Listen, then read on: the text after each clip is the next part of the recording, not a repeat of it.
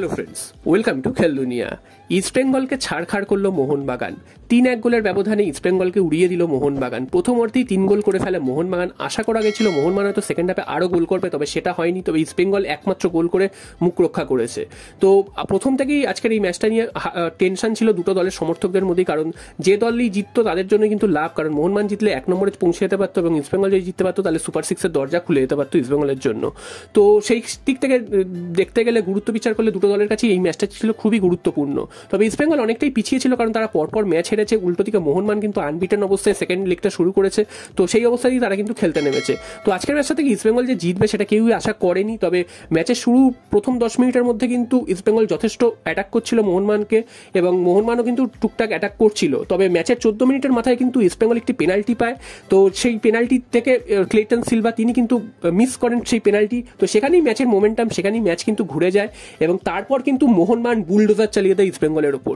প্রথম গোল আসে কিন্তু 27 মিনিটে, তবে তার আগে মোহনবাগান অসংখ্য সুযোগ মিস করেছে, সেগুলো মিস না করে তার আগেও গোল পেয়ে যেতে পারতো। 27 মিনিটে দিমিত্রি পেট্রাটস একটা দূরপাল্লার শট নেয়, সেই শটটা কিন্তু কোনো রকমে বাঁচায় গিল। সেই রিকোশিয়েট বলটা কিন্তু গোল করে দিয়ে চলে যান জেসন কামিংস। তার কিছুক্ষণের মধ্যে কিন্তু সেকেন্ড গোলটা আসে, সেটা কিন্তু লিস্টন কোলাসোর থেকে। লিস্টন কোলাসো কিন্তু একদম ফাঁকায় দাঁড়িয়ে সেকেন্ড গোলটি করে যায় এবং 3 নম্বর গোলটি আসে কিন্তু পেনাল্টি থেকে। সে পেনাল্টিটা কিন্তু নন্দকুমার তিনি কিন্তু বক্সের মধ্যে ফাউল করেন মোহনবাগানের খেলোয়াড়কে, সেখান থেকে পেনাল্টি পায় এবং দিমিত্রি পেট্রাটস কিন্তু গোল করতে ভুল করেননি এবং সেখানে কিন্তু গিল একটু বাঁচিয়েও দিয়েছিল। তবে 3-0 গোলের ব্যবধান কিন্তু হাফ টাইম অবধি থাকে এবং আশা করা গেছিল যে 3-0 ব্যবধানটা হয়তো আরও বেড়ে যাবে, কারণ সেকেন্ড হাফে মোহনবাগান হয়তো এরকম একই খেলা খেলবে। তবে সেটা কিন্তু হয়নি। সেকেন্ড হাফে শুরু থেকেই আমরা দেখেছি যে ইস্ট বেঙ্গলের আধিপত্য, যদিও সেকেন্ড হাফে শুরুতেই কিন্তু মোহনবাগান একটা সুবর্ণ সুযোগ পেয়েছিল, যেটা কিন্তু পেনাল্টি, জেনুইন পেনাল্টি ছিল। সেই পেনাল্টিটা কিন্তু রেফারি দেয়নি। রেফারির বদান্যতায় কিন্তু ইস্ট বেঙ্গলের বিরুদ্ধে 4-0 গোলের লিডটা কিন্তু মোহনবাগান নিতে পারেনি। তা না হলে কিন্তু সেই তখনই কিন্তু 4-0 গোলের ব্যবধান হয়ে যেতে পারতো। তবে তারপর কিন্তু শুধু ইস্ট বেঙ্গলের খেলা কিন্তু খেলে গেছে এবং মোহনবাগান কিন্তু খালি ডিফেন্স করে গেছে। এবং খুব অবাক করা বিষয়, যে দলটা ফার্স্ট হাফে এরকম খেললো, সেকেন্ড হাফে সেই দলটা কিভাবে এতটা গুটিয়ে গেল। তো ইস্ট বেঙ্গল কিন্তু হাফ টাইমের মাঝখানে 3খানা চেঞ্জ করেছিল, সেই 3খানা চেঞ্জের ফলে কিন্তু ইস্ট বেঙ্গল অনেকটাই ঘুরে দাঁড়িয়েছিল এবং 53 মিনিটে কিন্তু একটা গোলও শোধ করে দেয় ইস্ট বেঙ্গল। সেটা কিন্তু খুব সুন্দর একটি গোল শোধ করে ইস্ট বেঙ্গল। সেই গোলটা সুবাদে 3-1 হয়ে যায়। তারপর কিন্তু ইস্ট বেঙ্গল আরও বেশ কিছু সুযোগ পেয়েছিল। ক্লেটন সিলভা তিনি কিন্তু ফাঁকা হেড তিনি কিন্তু গোলকিপারের হাতে মারেন। তাছাড়া কিন্তু আরও বেশ কিছু সুযোগ ইস্ট বেঙ্গলের সামনে এসেছিল এবং সেকেন্ড হাফে পুরোটা পজিশনটাই বলতে গেলে ইস্ট বেঙ্গলে কিন্তু ছিল।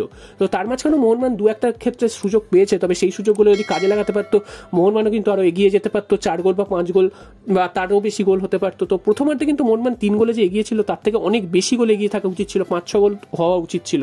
তো ইস্ট বেঙ্গলের খুব ভাগ্য ভালো, মোহনবাগানের কাছে আজকের কিন্তু আরও বেশি গোলের লজ্জা পেতে হয়নি এবং ইস্ট বেঙ্গল কিন্তু এই ম্যাচটা হারার পরে অনেকটাই অন্ধকারে তলিয়ে গেল। জানি না তারা আর পরের ম্যাচগুলো জিতে সুপার সিক্সের পৌঁছাতে পারবে কিনা। তবে মোহনবাগান কিন্তু 1 নম্বরে চলে গেল কলকাতা ডার্বি জিতে।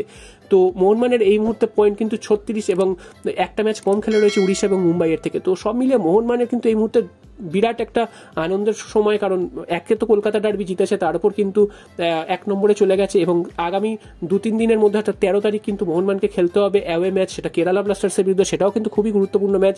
সেই ম্যাচ থেকে যদি মোহনবাগান পয়েন্ট তুলে নিতে পারে সেক্ষেত্রে কিন্তু লিগ শিল্ড চ্যাম্পিয়নের দিকে অনেকটাই এগিয়ে যেতে পারবে মোহনবাগান।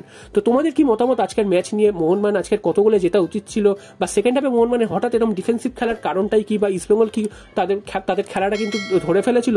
তো সেইগুলো কিন্তু তোমরা অবশ্যই কমেন্ট বক্সে জানিও এবং তোমরা কে কতটা আনন্দিত যদি মোহনবাগান সমর্থক থেকে থাকো অবশ্যই তোমরা কমেন্ট বক্সে জানিও।